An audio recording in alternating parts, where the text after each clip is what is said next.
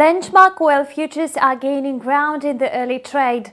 Oil prices have recovered after slipping to 5-week lows on news about the signing of the Phase 1 trade deal between the US and China.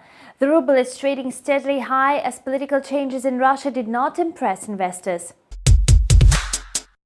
The long-anticipated trade agreement has finally been signed, but mostly on conditions dictated by the US. However, this kind of a deal is better than the trade war. The market's reaction was rather sluggish, maybe because traders have already priced in this important event. In addition, the entire Russian government has unexpectedly resigned, together with the Prime Minister. There were also reports about referendum on constitutional amendments scheduled for September. This political turmoil and uncertainty around it will certainly affect the oil market. In general, formal signing of the initial trade agreement has boosted market sentiment. Oil opened the day trading slightly higher and then gained momentum later in the session.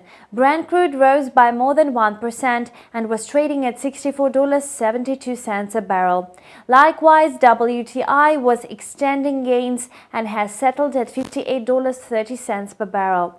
Yesterday, oil was following the downward trend. However, Brent quotes did not manage to stay below the level of $64 per barrel after the release of the industrial data. US crude inventories went down by 2.5 million barrels, which is 5 times more than expected. Currently, Brent is very likely to settle at the levels of $64 and $65 per barrel. The ruble did not show any strong reaction to the resignation of the Russian government. On Wednesday, the dollar-ruble pair closed the session without any considerable changes. The pair opened today's session rising by 0.29%.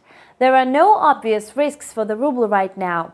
Besides, the upcoming tax payment period in Russia may support the national currency. The dollar-ruble pair is expected to test the level of 61. Despite the lack of any positive surprises in the US-China trade deal, the ruble managed to hold near the mark of 61. During the day, the ruble may be influenced by the internal news about the appointment of new head of the Russian government and the formation of the cabinet.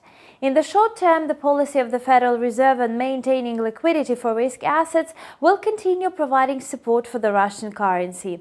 And that's all for now. Thanks for watching and see you back soon.